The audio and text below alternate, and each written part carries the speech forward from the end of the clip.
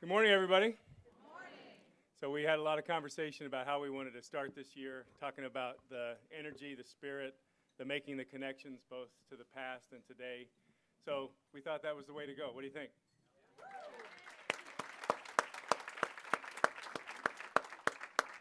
So we have an incredible opportunity to kick off another year together. But as we do that, we are welcoming some new folks who have joined us for the first time. We have a blessing of folks who have been in this district and been leaders for decades. And we have folks who are just joining us, who this is their first time with us. And so folks who are in new administrator roles, new to this crew, go ahead and stand up. We want to get some appreciation in this room right now.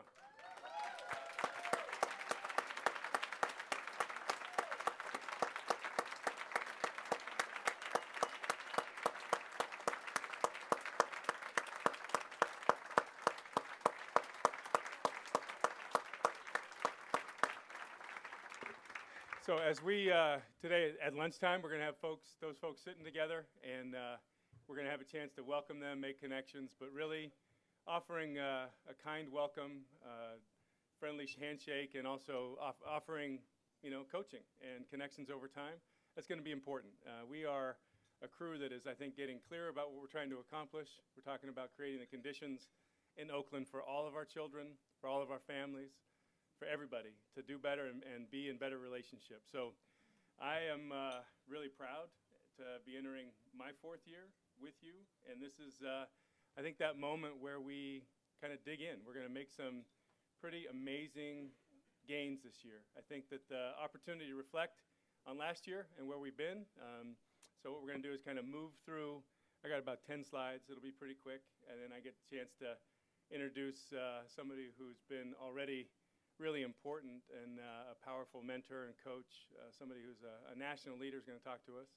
We're going to have a chance to spend some time together going deeper into your data by school.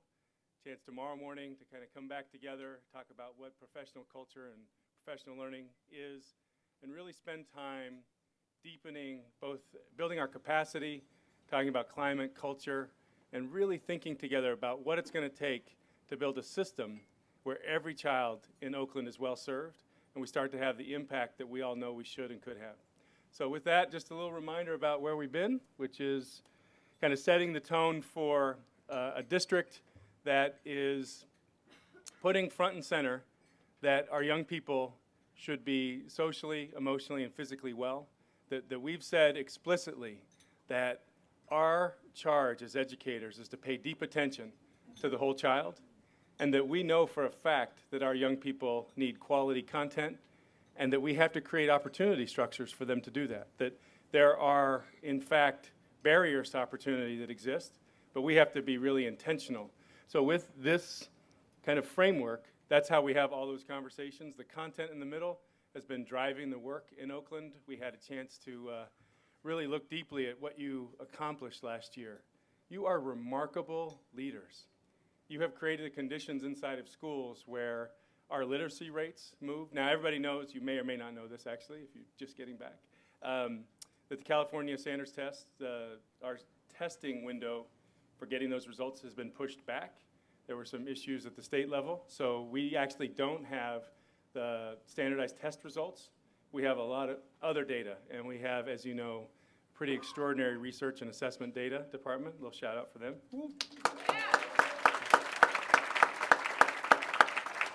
So you're going to have just a tremendous amount of data on those flash drives, but some of what you're going to find is that we did remarkable work paying attention to reducing suspension, keeping more kids in school.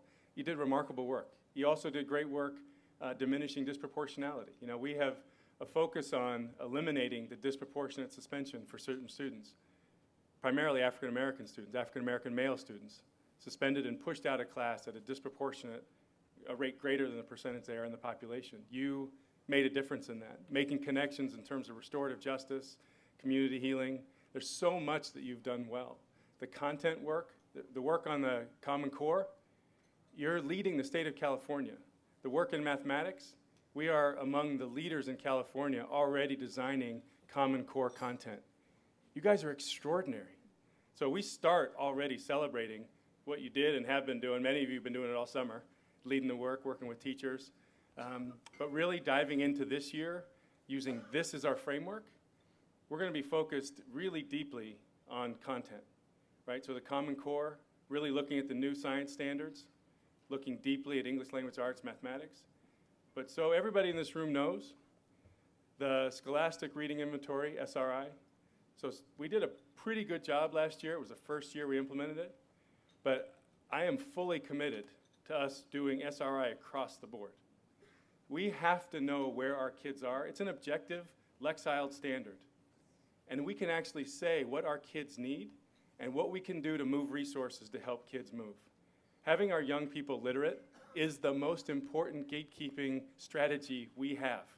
We can help them navigate the world if they become literate. So we have a tool, the SRI. We're going to pay deep attention to it. So that's in the in the area of content. But I tell you what, if we don't pay deep attention to how our kids are doing, to the social and emotional life of our children, this is not just about paying attention to those kids who are suffering tragedy and loss. It's about building the capacity of care, of empathy, and this is not just for those schools over there that are in high distress. It's for all of our children across all of Oakland. The social emotional learning is about building the capacity to be thoughtful, caring, full human beings. And that's not just for the kids, it's for the adults as well. So we're going to pay attention to social emotional learning in a way that we probably haven't before. We've been working on it. We do some great stuff in pockets, but we're going to deepen that work. And I tell you what, we also have been approached in a way that is a pretty incredible opportunity. So do folks know the movie The Bully Project? Anybody heard about that? So we've been approached by the director and by the Novo Foundation and others that are supporting our CASEL work to actually pay for all of our 6th through 12th graders to see that film. So as a community, to begin building the capacity to help our children make deep connections with one another. So that's just one of the things we're going to be talking about a lot, like how, in fact, do we build social emotional learning and connectivity. And I tell you what else. This notion of disproportionality, how we create opportunity structures, how we actually dig deep and say that all of our children and families deserve a quality education, and we're going to differentiate, we're going to move resources around in different ways to totally support that. So we're going to move now, just as a backdrop. So we started a couple of years ago. We collectively entered into a new strategic plan, this Community Schools Thriving Students approach. But there have been folks who have been here for 40 years talking about this work. Building connections, establishing linkages. We engaged more than 5,000 people a couple of years ago to more deeply articulate some of what this should look like, set benchmarks, and holding ourselves accountable. We're entering the second year of implementation together. And I tell you what, we're learning a heck of a lot from what's gone on before, and we're encountering and learning new things. I tell you what, the biggest issue for us is that we can offer Oakland something that it hasn't had. The ability for every kid to be connected, for families to be using our resources. We have a public institution that's an incredible foundation for a city. And that really ties to where we're headed, which is, go ahead, that we're paying attention to some of the biggest issues that are out there. A couple of years ago, we were fortunate to have Dr. Tony Eiten talk to us about the role of education and the impact that education has on the social determinants of health. Anybody remember that conversation? Right? This is what puts us really in a different place than most other districts. We're paying attention to the way in which the lived experience of families and children are impacting their chances of lived success. That the public institution of school can actually be an opportunity infrastructure if we take serious that our job is that our young people are gainfully employed, are healthy, and well-educated. I think Oakland can have the healthiest, most well-educated, consistently employed young people of anywhere. But we're at the heart of that, and we have to make decisions that support that. So this idea that we can, in fact, interrupt systemic and historic oppression by taking a systemic, full institutional approach is a pretty radical deal. Each of you have a major role to play in making that true. But when we don't, we in fact sit in a place that is structurally racialized by class, by race. Their lived experiences of violence, of daily agony, in fact, that is distributed in Oakland. that we're trying to interrupt, that results in, unfortunately at this point, I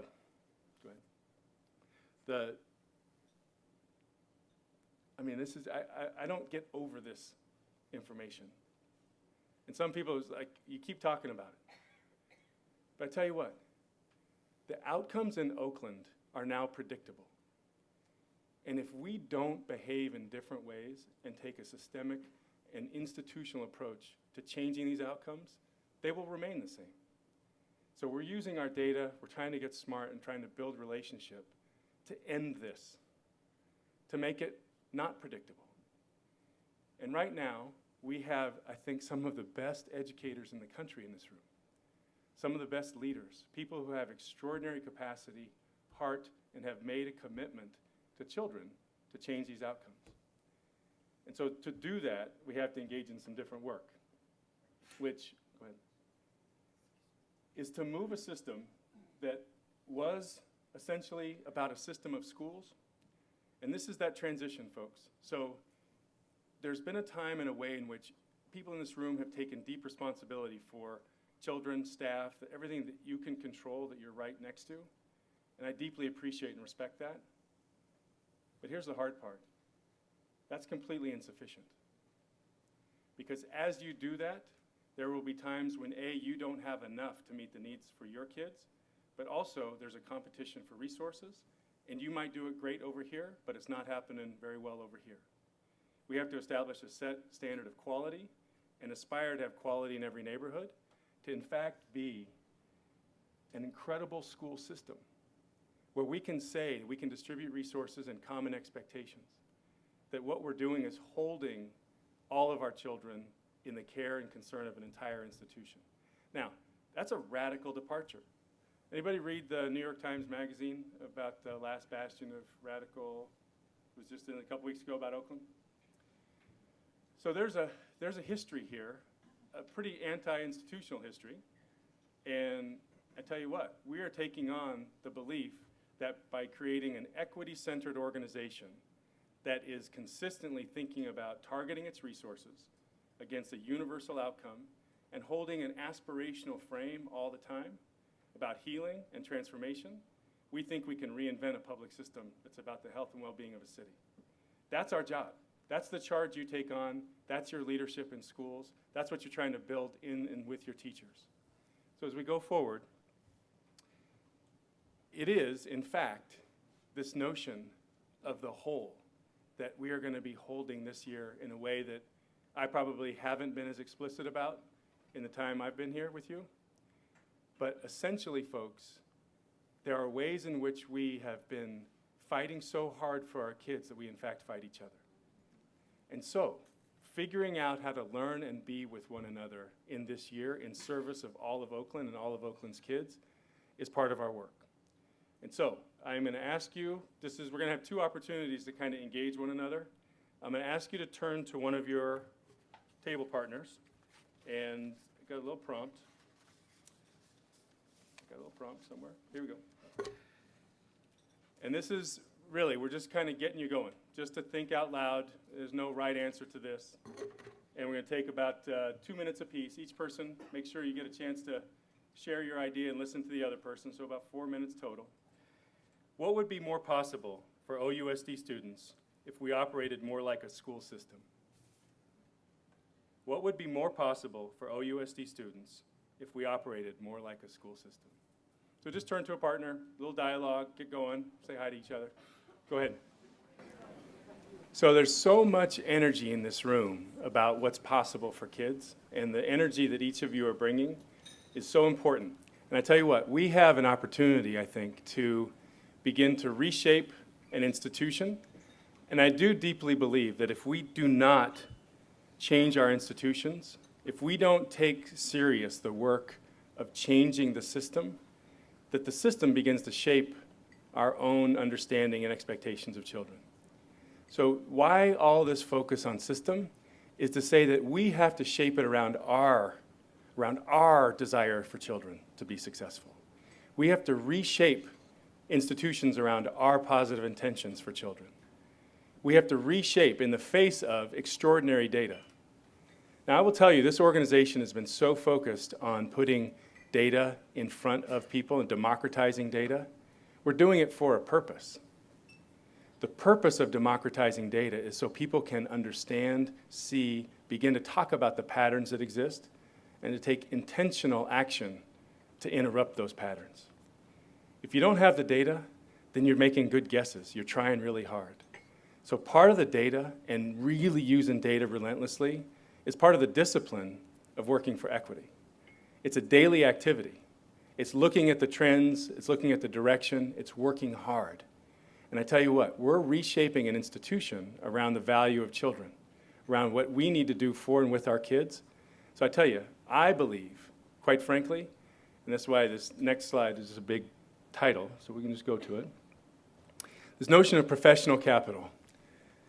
A lot of times you talk about human capital development, which is really important.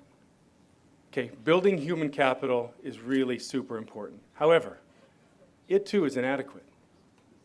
Thinking about the kind of professional capital, the professional learning, creating conditions where folks are in good relationship, actually know and understand what's expected of them, have relationship enough to be vulnerable with each other.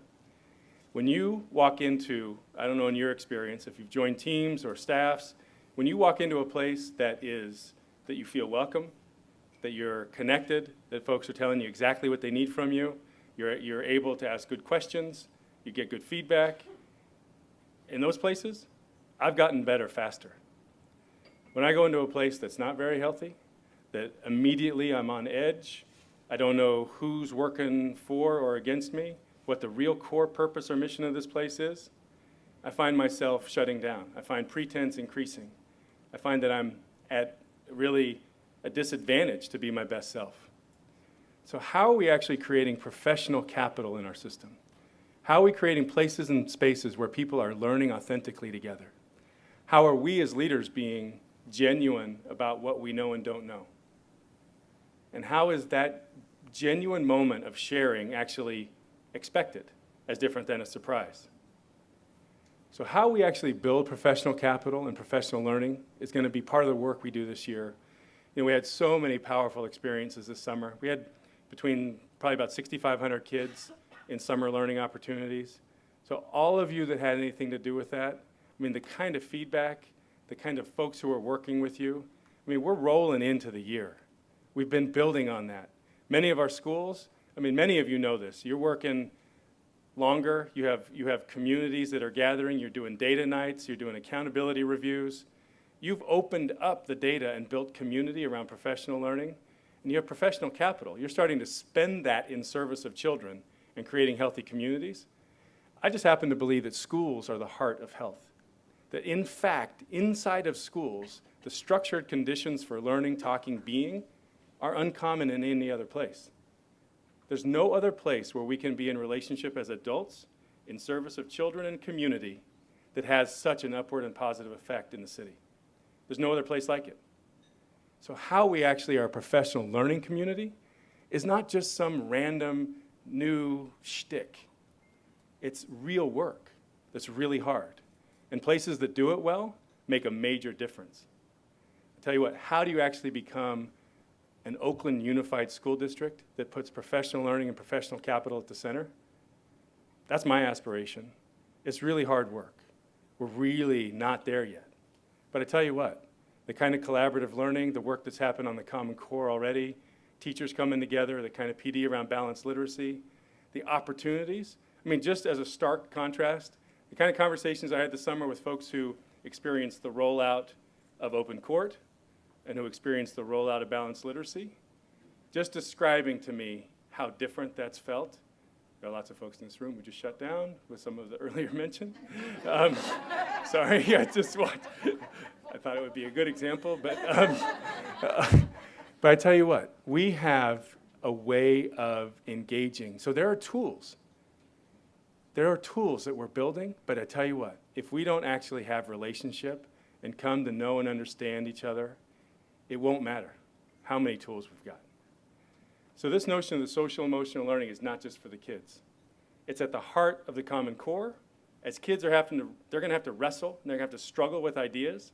If they can't communicate with each other, and they don't know how to challenge each other's ideas, they're not going to be successful academically.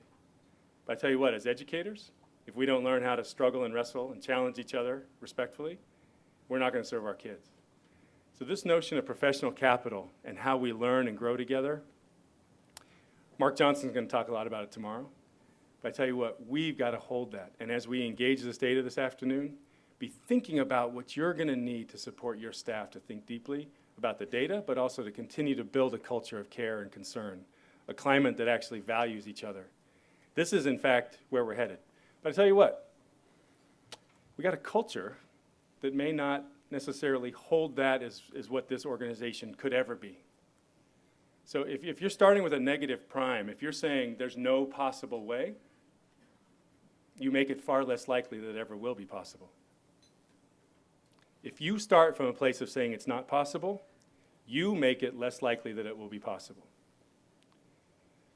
And those of you that know me, I tell you what, I just have this unfortunate belief that's just so in here that if the more you work on the impossible, the more possible it gets. You just keep pounding the rock, you're going to get there. The more you work on the impossible, the more possible it becomes. Because I can't stand the outcomes we've got now. It's not okay with me. And we have so much resource. Human capital, you guys are amazing. Professional learning capital, we are a $500 million organization running on behalf of children in Oakland. We can and must make a difference. But I tell you what, if we continue to sit over on the side, judge, evaluate, talk about what should have been different, could have been different, without investing ourselves, without taking the major leap to follow sometimes and to lead at other times, we in fact won't serve our children. But I tell you what, more than ever, I see the possibility now. So we're going to watch something together, and then I'm going to have you have some conversations about a couple of prompts. So that actually is a part of an ad campaign in India. So they're trying to build leadership capacity, and they've begun over the last now 5 years airing television segments and doing outreach in the community and looking for who's next, who's going to lead us. For me, it represents so much about choices we make, about where we locate ourselves. But what I want to ask you is from where you're sitting and basically from the positions that you're in and the places you are, I'm going to ask you to find somebody else. This is going to be a little more of a moving around.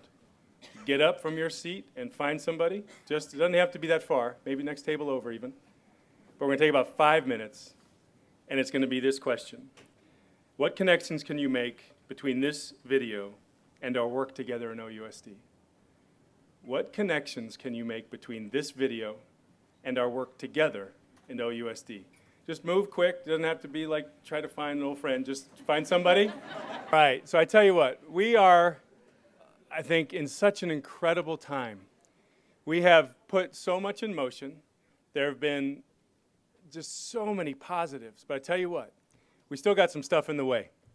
So until we actually come together to both put down the new roots and really dig in deep and say that our schools are, in fact, centers of opportunity, that the health, that the content, that the teaching, that we, in fact, deeply trust teachers, top to bottom, front to back in this organization, that we begin to believe in the capacity of the adults to grow and change, that we believe in the capacity of adults to grow and change.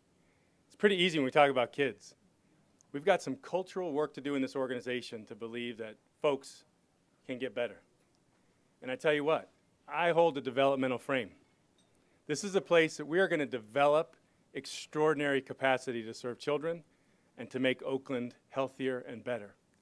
But I tell you what, it's not just going to be measured in simple metrics. As much as the data is critical, there's a sense, a spirit that I'm looking forward to being just emanating from every school. When people talk about Oakland Unified, it's this notion that Peter Block talks about. So we're going to skip the next one. Go. Skip it. Go. So can folks read this? Let's go and read it out loud.